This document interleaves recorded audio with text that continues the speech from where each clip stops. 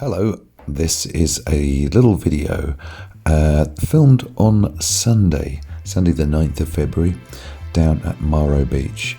As you can see, I didn't really walk down the ramp that fast. It's all on a time-lapse video thing that's on the new GoPros, and pretty much the whole video, apart from at the end when I explain a little bit more about what's just happened.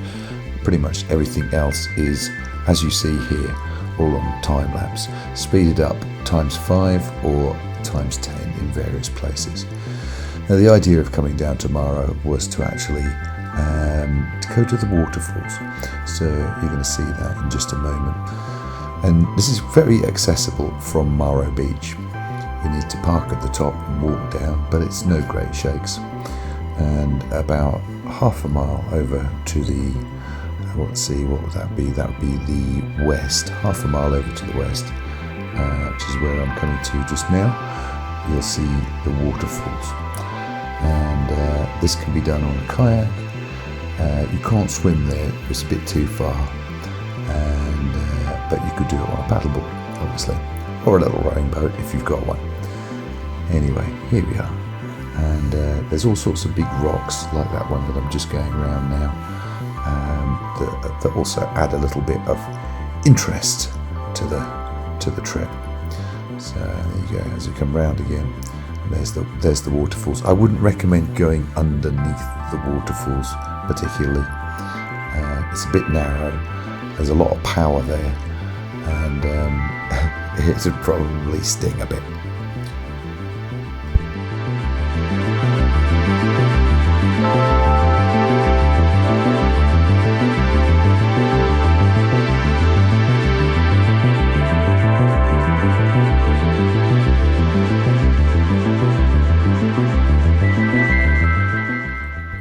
As you can see, the colour of the sea is beautiful, and that's because it's clear, very pale sand underneath there. And obviously the other reason for not advising that you swim to the waterfalls is because of all the rocks underneath. You can see them there, and they are proper ankle biters. Beautiful day, Sunday, and the sun was shining down in all its glory. Now I'm going to paddle back across the front of the beach that I came in on, and over towards the national park, which is what you've got there on the left hand side, and that prevents any kind of building that goes on there. And there's a lot of cliffs. There's a few beaches that you can't get access to from the land. You can only access them from the water. So so it's quite a beautiful thing to do. And as I was hacking back this way, past a couple of kayakers, you'll see them in just a moment, and the whole thing is all very, very beautiful, and I would recommend it. There's a kayaker. They come out with a couple of rods and fish from them.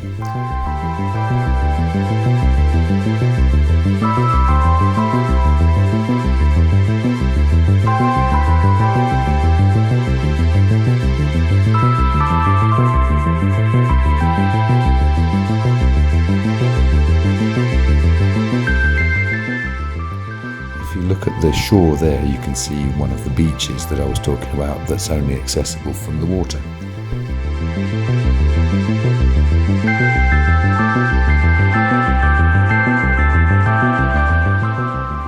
Of course, one of the things about paddling over really clear water is that the depths can be a bit illusional. You can never really tell how deep stuff is, because you can see all the way down. But that, of course, does mean that you get to see a lot of fish, and there were a lot of fish here, some quite biggish ones. When I say big, probably no bigger than a metre, but decent enough size, out in gangs. And of course, because it is all so unspoilt along this bit, the fish breed and live very well. back to the beautiful Cascada de Maro, Maro Waterfalls once more. If you're interested in the board, it is a Bluefin carbon cruise, 12 foot. I have a few Bluefin boards, and this is probably the best, one of the best all-round boards that I think that money can buy, certainly as an inflatable. It's incredibly rigid, so great for the sea, and that little difference between 12 foot and 10 foot 8 for me makes a lot of difference. Anyway, had a great day, heading back in towards the beach just now, and yes, that was I suppose a couple of hours, and very enjoyable on a Sunday it was too.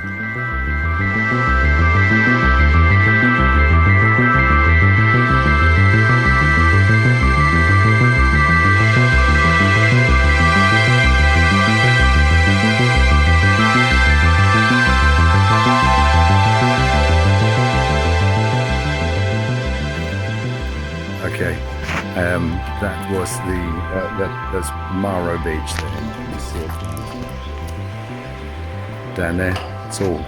It's rather nice, and in fact, look, there's even somebody else going out for a little paddle at the moment there. You need to get here fairly early because you can't park on the beach. You need to park at the top here. And what else can I tell you about it? It is quite signposted. You look for Playa de Maro, and there is a signpost there. It's also well known to Google Maps, so it's very easy to find. And of course the highlight is that lovely waterfall there, but all along this little bit in both directions, it's well, particularly that way, there's a little bit this way, but particularly that way, it's all national park, so it's pretty much unspoilt.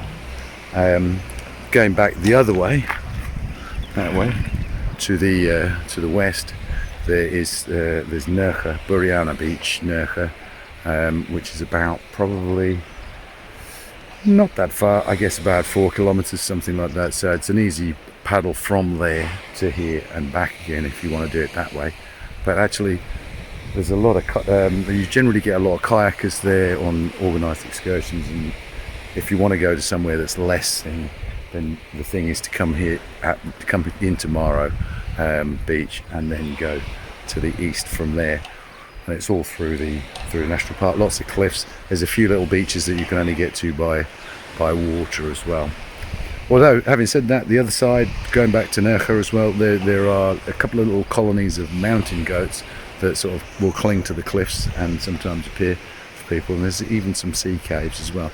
So it's good either way you do it. But I really recommend this on your list of places to paddle. Maro, near Nerja, just on the edge of the province of Malaga, just virtually into Granada, in beautiful Andalus there. And this is February. Look what it's like. Don't forget to like this video if it's giving you any kind of value, and subscribe to my channel if you want some more paddleboarding ones. Although I can't promise it will just be paddleboarding. Sometimes there's a bit of skiing there, as you probably know. Have a nice day. Bye.